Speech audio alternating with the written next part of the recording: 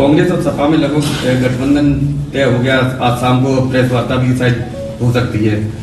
17 सीटों को लेके जहाँ तक सूचना मिलेगी सहमति बनी है। जी हुआ है कुछ ऐसा? अगर आपको सूचना मिली है तो कोई फैक्ट्स तो होंगे तभी आप तक सूचना आई है। नहीं, 2-3 सीटों को लेके कुछ अभी, लेकिन अब आप पे सूचना आई है तो मैं समझती हूँ कि कोई ना कोई सच्चाई होगी इसमें।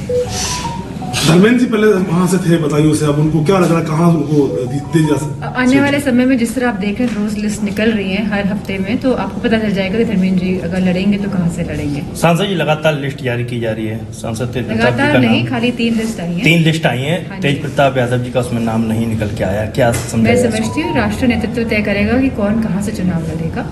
और राहुल गांधी ने एक बयान दिया है कि यूपी के युवा जो हैं वो रात में शराब के नशे में सड़कों पे यूपी के युवा जो है वो शराबी है, रात भर सड़कों पे मतलब डांस करते हैं।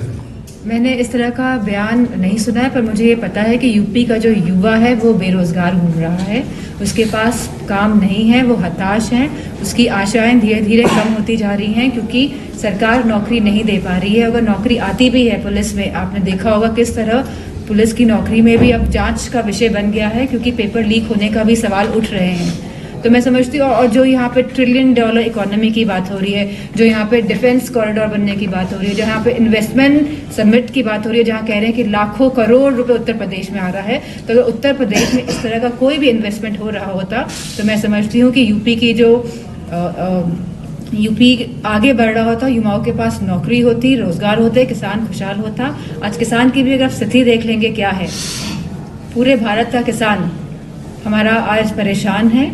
और जो राष्ट्रवाद की बात करते हैं, असली राष्ट्रवाद किसान और हमारा जवान है, और इन दोनों स्तंभों को इस सरकार ने बुरी तरह से हिलाने का काम किया है। आज मैनपुरी से बीजेपी से भारतीय जनता पार्टी में लखनऊ में शामिल हुए हैं, क्या इससे कोई पार्टी को कोई असर पड़ेगा?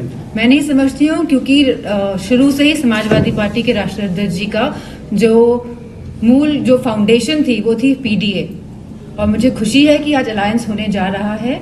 और आप देखेंगे कि कितनी मजबूती के साथ ये अलायंस भाजपा का सामना करेगा क्योंकि भाजपा हर फ्रंट में फेल नजर आ रही है।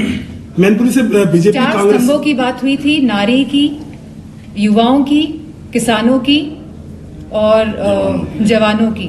तो मैं समझती हूँ कोई भी खुश नहीं है, और स्पेशली जो ये अग्निवीर योजना लेके आए हैं, जहां हमारा गांव के किसान के बच्चे फौज में जाते थे, जहां अर्थव्यवस्था सही होती थी हमारे गांव की, तो उस सब को बर्बाद करने का काम अगर किसी ने किया है तो 10 साल की केंद्र की सरकार और लगभग 7 साल की उत्तर प्रदेश की सरकार ने किया है। केशव प्रसाद जी का नाम आ रहा है बीजेपी से, मैनपुरी से केशव प्रसाद जी का जो है नाम बताया जा रहा है लोकसभा चुनाव लड़ने के लिए। मुझे नहीं पता है। और सांसद जी किसान लगातार कांग्रेस ने पोस्टर जारी किया है जिसमें राहुल गांधी को श्री कृष्ण दिखाया गया और अजय राय को।